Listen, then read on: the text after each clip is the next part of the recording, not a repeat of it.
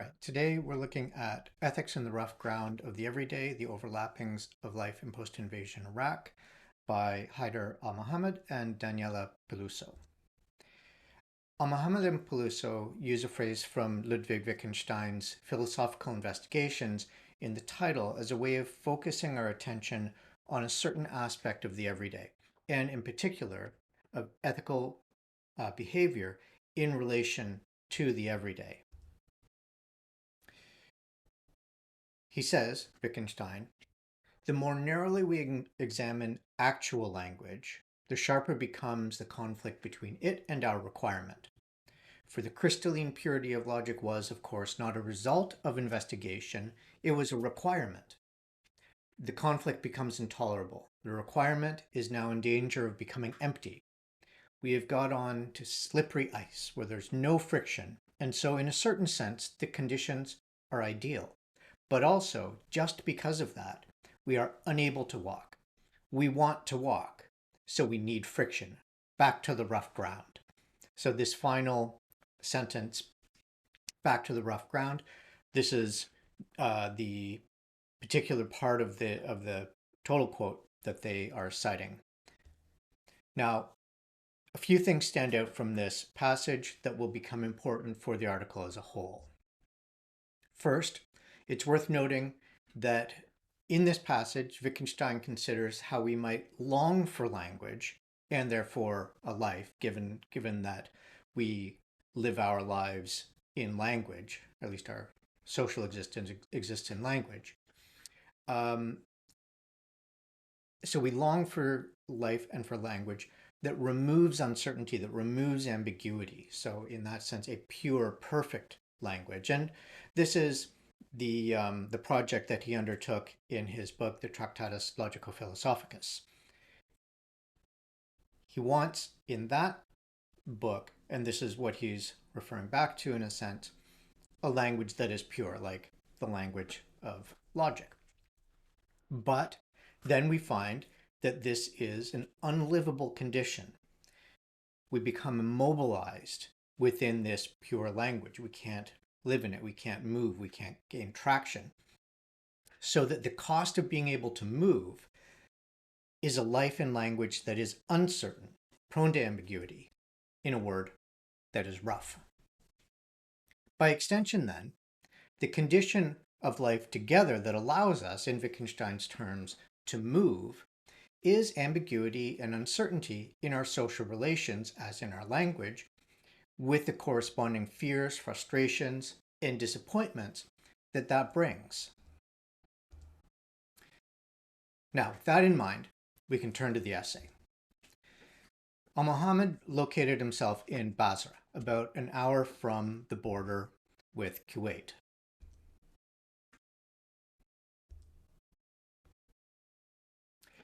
He had plans to lodge with his maternal uncle, but chose to stay in a hotel instead.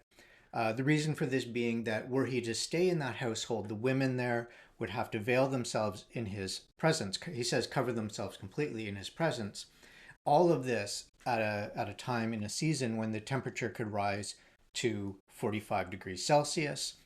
And so he wanted to avoid imposing that as well as avoid imposing financial burdens on this family.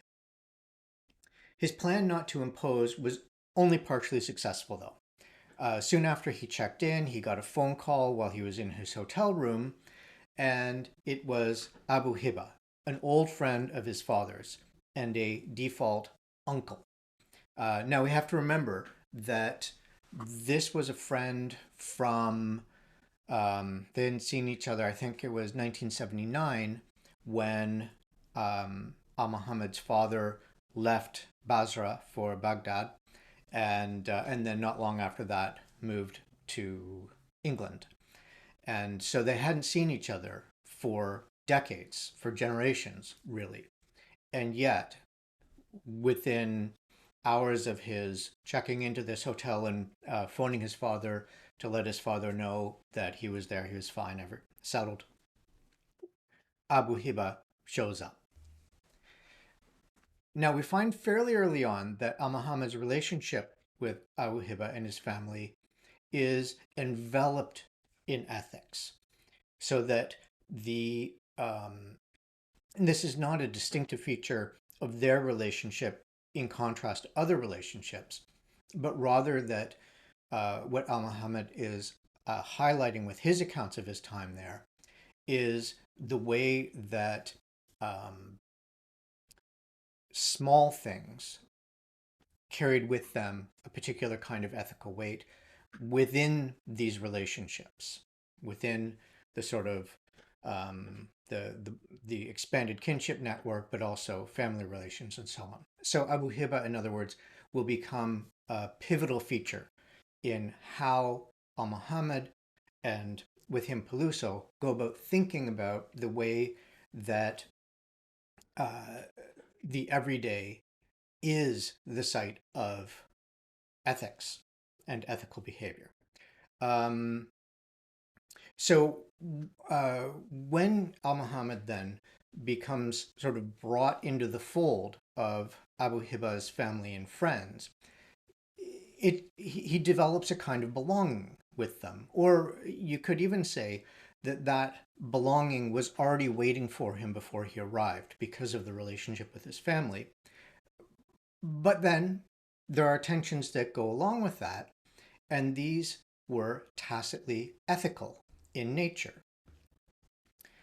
When, for example, Al Muhammad thanked Abu Hiba for his kindness and generosity, Abu Hiba responded as if he felt kind of stung, as if there were an implicit insult in being thanked for these things. So he says, "You need to understand one thing. You're one of us. You're part of our family.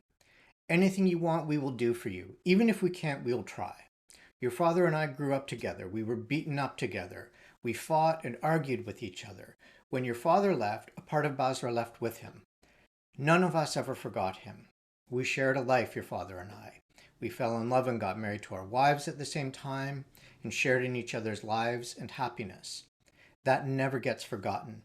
No matter how many years you and your father have been away, your life is connected with ours. So don't thank me, ever." Notably, Abu Hiba's grievance, and therefore the sort of ethics he invokes, it's an entirely ordinary grievance, and therefore an entirely ordinary invocation of ethics. There's nothing to suggest that the realm of ethics here somehow lies outside of ordinary life, ordinary interactions. In spite of the fact that the country has endured prolonged crises, then, Iraqis, Al Muhammad and Peluso point out, do not live an ethical life that is only about crises. That is, their ethical lives are not indexed only to crisis, but is, in fact, sewn into everyday life with just the kind of concern that Abu Hiba raises. Returning to the passage by Wittgenstein, we can now see that Al Muhammad and Peluso's focus is not on ethics in the abstract. So you might get that with other kinds of moral philosophies, like, say, what you would get from Immanuel Kant, or from consequentialism or utilitarianism, if you prefer, something like that, where you can think abstractly.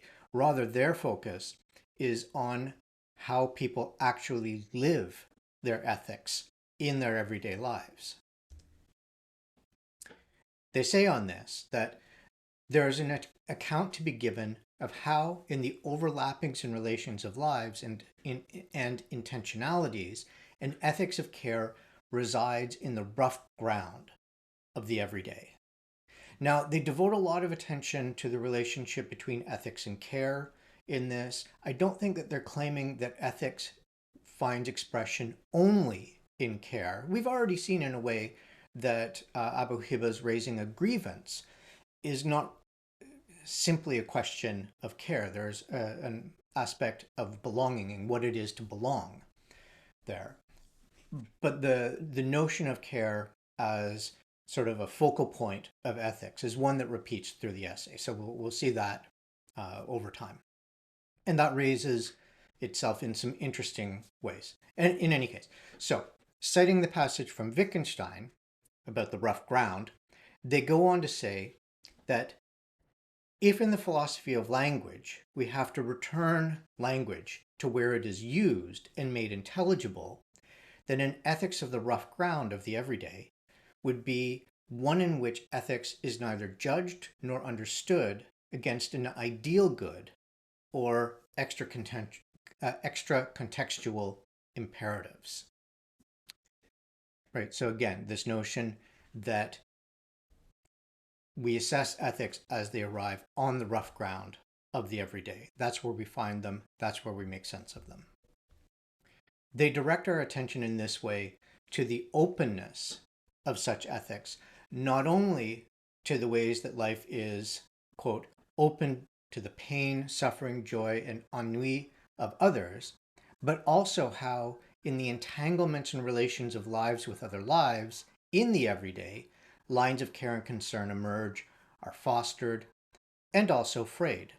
So this is an important aspect, I think, of what they're claiming about the sort of the roughness of everyday ethics, is that this is not where things are simply settled and where the questions of ethics are not troublesome, but also where relations become frayed. And through that fraying, ethical considerations arise, but not necessarily in a way that makes them easy to resolve. To this end, they make important claims that they explore through the rest of the essay. First, they claim that the unfolding of everyday life, lives raveled and unraveled with and from one another, is the unfolding of ethics. Second, they acknowledge that ethical selves are actively made by persons themselves, which has a quality of sort of virtue ethics to it, but still focus attention on the ethics of the relationship, not the isolated person.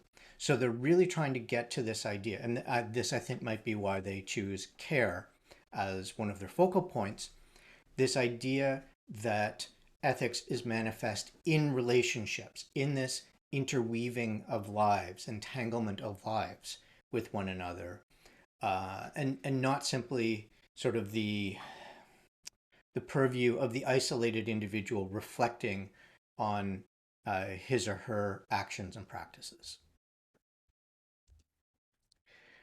The backdrop to post-invasion Iraq were 2 generations of Ba'athist rule in which the regime had so thoroughly wormed its way into the most private reaches of people's lives that they had resigned themselves to Saddam's rule.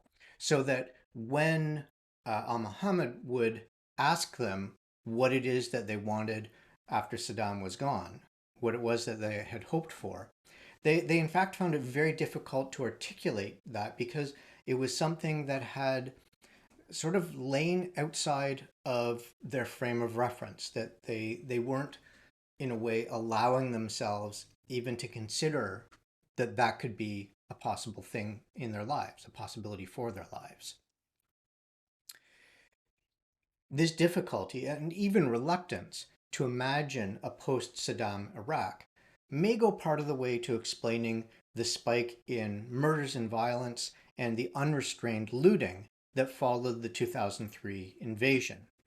It seemed that in the absence of an imagination of an alternative to Baathism, there was just anomie, as they put it, a moral corruption within Iraq itself.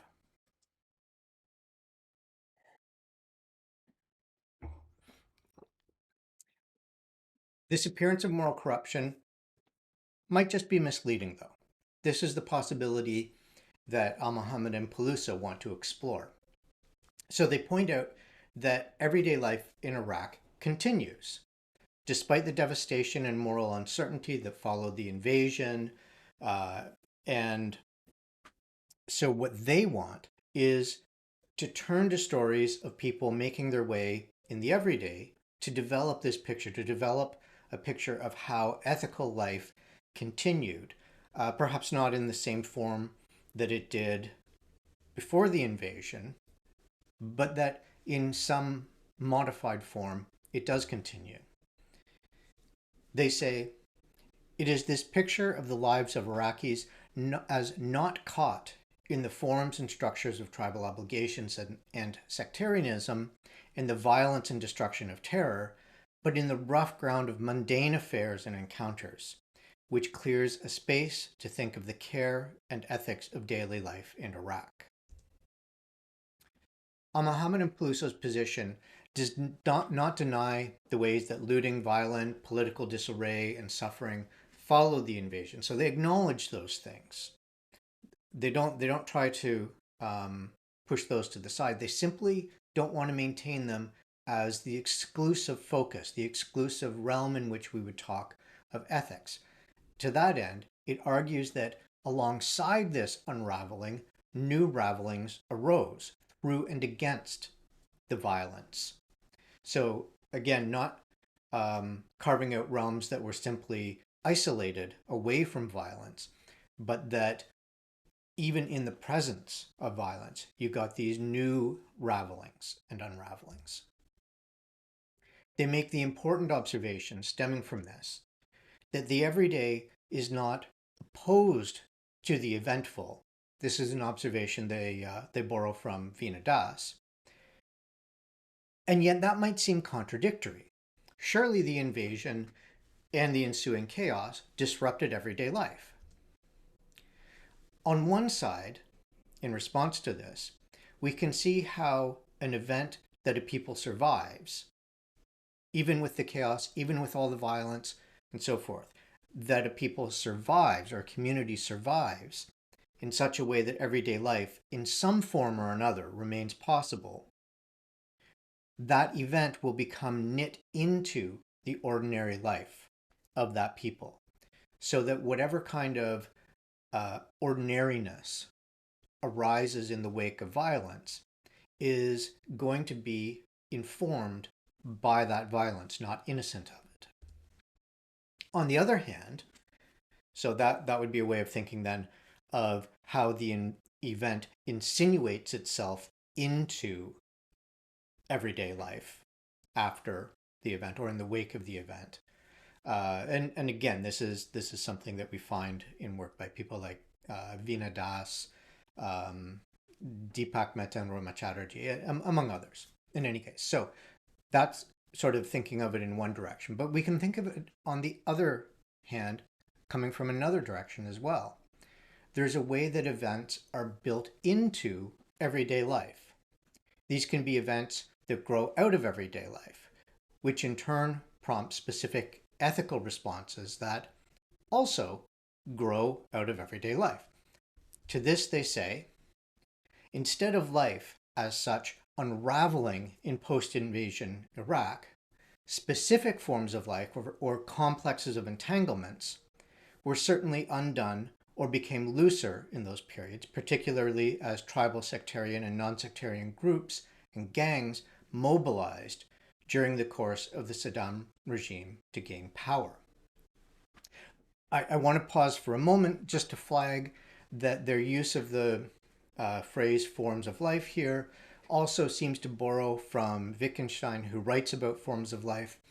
And yet, because they don't put a lot of conceptual weight on it, as far as I can tell in the piece, I'm not going to dwell on it. I just want to flag it to note that it's there and then move on. That specific forms of life were undone does not mean that Iraqis were left with no form of life, but that one was built out of small gestures of kindness and care. So Das writes about this passage that Wittgenstein evokes and that Stanley Cavell comments upon as well, about re-inhabiting the scene of destruction. So in the Wittgenstein is thinking about this in terms of seeming to be a destructive force within philosophy, and then how one or how a collectivity doesn't have recourse to some other realm in which to start living, but has to reestablish life in the rubble and ruins that have been left behind. Um, so, as I say, Cavell writes about this as well, and Vina Das picks this up from Cavell and Wittgenstein to think about what that would look like in anthropological terms. I think we get the same kind of thing here with Mohammad and Peluso, how they're considering the ways that, yes, there was massive social dislocation in Iraq in the wake of the invasion, in the wake of Saddam Hussein's ouster, his trial, his execution. There seemed to be a kind of rudderlessness that attached itself to politics and life in Iraq. And yet, within those, so to speak, social ruins, Iraqis continued to find ways to express care and kindness to one another. And they think then that it's these small gestures that allow the formation or maintenance of a form of life, even in the wake of this kind of chaos and destruction. Mohammad and Peluso point to surreptitious acts of caring as exemplars of the sort of entanglements they have in mind when they write about everyday ethics. So this is going to be important as well. Again, I think that this recalls work by people like Clara Hahn and Vina Das, where the expression of ethics or the way that ethical issues arise are not necessarily in big cataclysmic or events of a social scope, embracing an entire society, but that they can be sometimes so small as to be almost imperceptible. In any case, they go on. In one example, Abu Sabar, the owner of a restaurant that Mohammad and his friends frequented, quietly pulled Mohammad aside one evening and handed him over this wad of cash and asked him if he would go and give it to Abu Hiba. He explained that there was a time when he just was unable to pay rent for the restaurant, for this location, and unbeknownst to him, Abu Hiba had secretly paid this rent for Abu Sabar. It took Abu Sabar a long time to work out that it had been Abu Hiba who had done this. And this was on the strength simply of having been co-workers in a fertilizer factory. So exchanging a few words now and then, exchanging small gestures now and then, but not anything like, say, sharing kin or sharing tribal ties or sharing a lifelong close relationship, nothing of that sort. So that the strength of the social connection seems on the surface not to be that strong, which is perhaps part of the reason why it took Abu Sabar as long as it took him to discover who had paid the rent for him during that time until he could get back on his feet again. But the point is that even these apparently tenuous connections were enough to motivate Abu Hiba, in spite of his own relative financial insecurity, to cover the rent. Now, Muhammad then goes, he gives the money to Abu Hiba, saying that it comes from their friend Abu Sabar. And Abu Hiba responds, not sort of with this thanks that, oh, okay, at long last, the gift that I bestowed him has been returned. Our social future together is going to remain intact. All that's fine. No, instead, he says simply that he should not have given the money to Muhammad, indicating that a surreptitious act of kindness on Abu Hiba's part should have remained unacknowledged. That is, the surreptitiousness of it should have remained in place. And again, to me, this recalls Clara Hahn's piece on the difficulty of kindness, um, taking place in Chile, but still the comparisons seem strong to me. This notion that some forms of kindness have to be surreptitious, have to be disguised, have to maintain a certain kind of invisibility in order to function at all. And so for Abu Hiba, then maintaining that kind of secrecy around it, that kind of um, mutual willingness to pretend that it didn't happen, was an important part of his expression of care. How this arose is that Abu Hiba had a distant cousin who was the landlord. And the landlord had come to him asking him, so can you think of anybody who would be interested in renting this space? And so through this, Abu Hiba becomes aware that Abu Sabar is unable to pay the rent. And this is why he takes it on himself. This is how it gets on his radar. And once it's on his radar, he feels maybe not compelled, maybe compelled, it's hard to say, but at very least motivated to take care of Abu Siba. He explains that he's not religious, so this sense of obligation to help, it doesn't come from any kind of religious imperative. It comes from somewhere else. He calls it having grown up together. This feeling that having grown up together, they have to look out for one another. They have to take care of one another. And he sort of explains it as if this is just the order of nature, so that their lives had become entangled over a very long period, so that it was that entanglement, that sort of slow growth together of their lives, of lives interweaving with lives, rather than any kind of institution like a religious institution or sectarian or tribal institution. Those were not the things that generated the kind of fellow feeling that Abu Hiba had for Abu Sabar,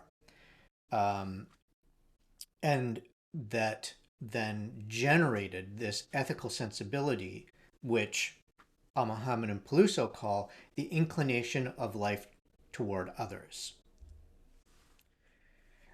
Now, that's not the only issue that Mohammad cites on which Abu Hiba eschews institutional moral imperatives. So we can think of the ways that there are particular kinds of institutions in people's lives that bring with them certain kinds of behavioral expectations, that on particular kinds of occasions or in the wake of particular kinds of events or for particular kinds of events, you're expected to do certain things. Abu Hiba is responding against that kind of imperative in this other example as well. So a friend of theirs has just died. And you have this group, I take it that it was a group of men sitting around talking about their recently deceased friend.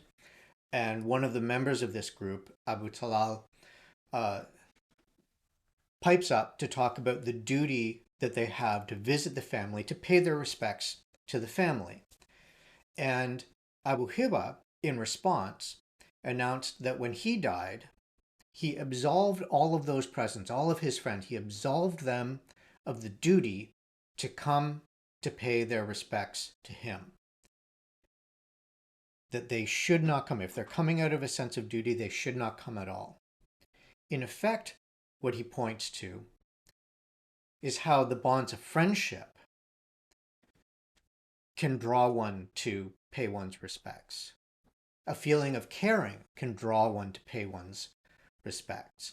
That if there's something, so to speak, genuine about the attachment that one feels to the deceased, to Abu Hiba, in his future dead state, that come to the funeral out of that feeling, but not out of a feeling of duty. That to attend out of a sense of duty is, in a sense, exactly not to show respect, is not to show one's attachment to the deceased. It's to obey duty rather than to observe the attachment, the importance of this person in the mourner's life. In this connection, then, Mohammad and Peluso suggest that the affinity that Abu Hibba shared with his friends was the product of many small gestures of care and affection, such as spontaneously dropping a bag of fruit or sweets at a friend's place, just apropos of nothing, just dropping them by, as if to say, I was thinking of you. The bond such gestures form is not just a matter of externalizing or giving symbolic gestures of the care one has for others, but of finding one's own joys and pleasures at times in the experiences of others' joy and pleasure. In the example of dropping off a bag of sweets or fruits, then, of finding joy in the other's enjoyment of the little gift that you've brought by. They go on to explain. The claim of being caught in the lives of others is not simply a metaphysical claim, but more basically a claim of the ethicality of everyday sociality. So again, they're trying to get us to think not of ethics as these big questions, but to be attentive to the way that ethics arises in these small, seemingly innocent exchanges. When Mohammad and Peluso promote the idea of everyday ethics, this sort of ethics of the small gesture, you might say, part of what they want to do is draw our attention to these almost invisible gestures of, again, as they call them, inclinations of life toward the lives of others. These inclinations find expression not just intersubjectively, they argue, but intercorporeally, which we can see in the way that people maneuver on a crowded street, subtly making room for one another. And so this, between complete strangers, of course, right? That we don't need to have constituted one another as particular kinds of subjects in order to work out what kind of ethical commitments we have to one another, but rather just as strangers passing on the street. You can see how people will maneuver, will make space, will contort their bodies in these subtle ways so that people are not continuously colliding with one another. And their point then is that this is not a matter of rules and codes. It's not like walking down the street. You need to continuously consult some book of rules or codes to figure out what the right thing to do is and then do that thing. But rather it's a matter of ethical disposition of bodies with respect to other bodies. And this might not even require working at a conscious level. Now, a thing we might consider, for example, is how in the wake of the pandemic, the sort of social texture of New York has changed in some subtle ways. Partly this has to do, surely, with having spent a long period virtually isolated from one another, so not having to deal with other bodies in crowded places, on subways, on streets, and so forth. Part of it will have to do with the large numbers of people who left the city entirely, and then with people who had not spent a lot of time in New York moving into New York, sort of filling the vacuum left by those who had gone to other places and who therefore were not sort of had not been socialized over many long years into how to maneuver within New York. The question we could ask then is, can we see that people are carrying on differently in public life? Are people negotiating the subway in the way that they used to? Are they doing it differently? Are they doing it in ways that create new frictions that weren't there before? Anyway, it's a thing to consider as a way of drawing a parallel between the pandemic as a crisis and how that has had an impact on these small intercorporeal ways of being ethical, and what Al Mohammad and Peluso are writing. Al Mohammad recalls an incident early in his fieldwork in Basra when he was insulted by a produce vendor. He's gone to this vendor. He's sort of trying to work out what it is that he wants to buy. He hasn't been there for very long, so he also hasn't really worked out all of the ways of carrying on in this situation. And suddenly the woman who runs the stall is yelling at him and insulting him, and so he just flees. He doesn't feel like he's got the social resources to work out an appropriate response, so he just leaves. And he's stung by this. Clearly, you can see it in the piece that this has been a disarming experience for him. Now, on another day, he and Abu Hiba are nearby, and Abu Hiba wants to go to this very same stall, and Al Muhammad recounts this tale to Abu Hiba, sort of exasperated, wondering, like, how is it that you could possibly want to go and purchase from this woman who is so rude to me? Abu Hiba, in response, reveals that he and others shop at that very stall whenever they can, explaining that they became aware of the extremely difficult circumstances the woman who runs the stall was in, um, including deaths in the family, but also threats that had been leveled against her to try and get that stall, wrest that stall away from her, but also the responsibility she had for sort of an extended kin network who relied very heavily on her.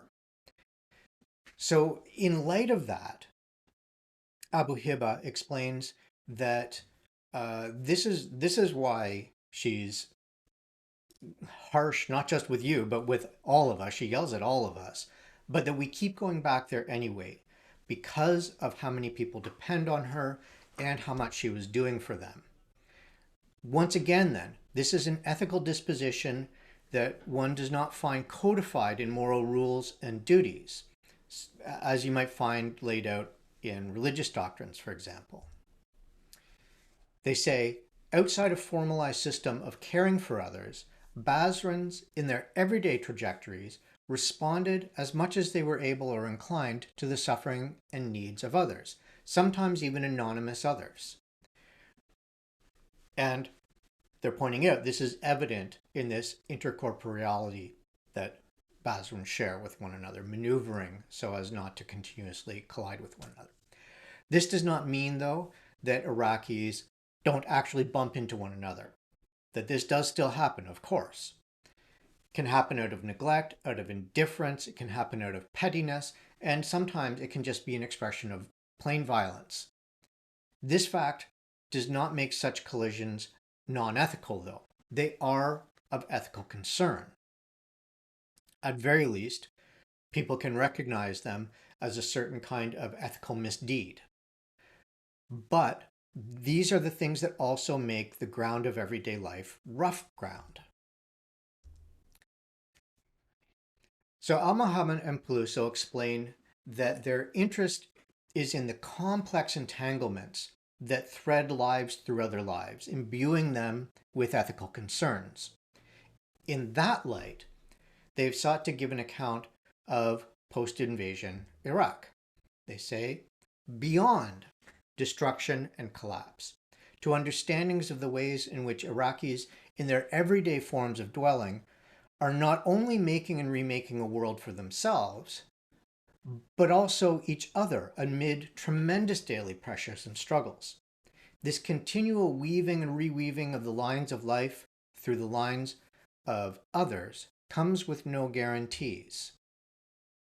An implication of this lack of guarantees is that they see the ethics of the rough ground as one that does not oppose violence and the mundane, as if these are two discrete realms, but rather It focuses on the complex corporeality and vacillations of the inclinations and movements of lives toward others.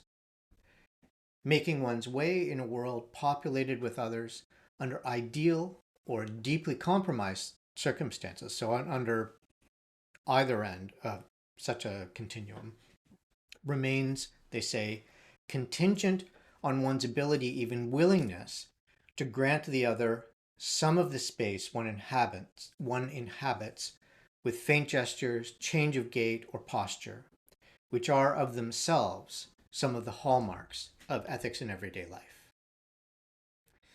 All right, that brings us to the conclusion then.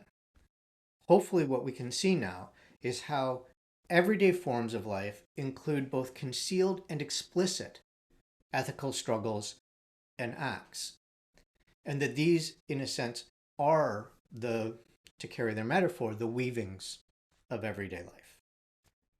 All right, thank you.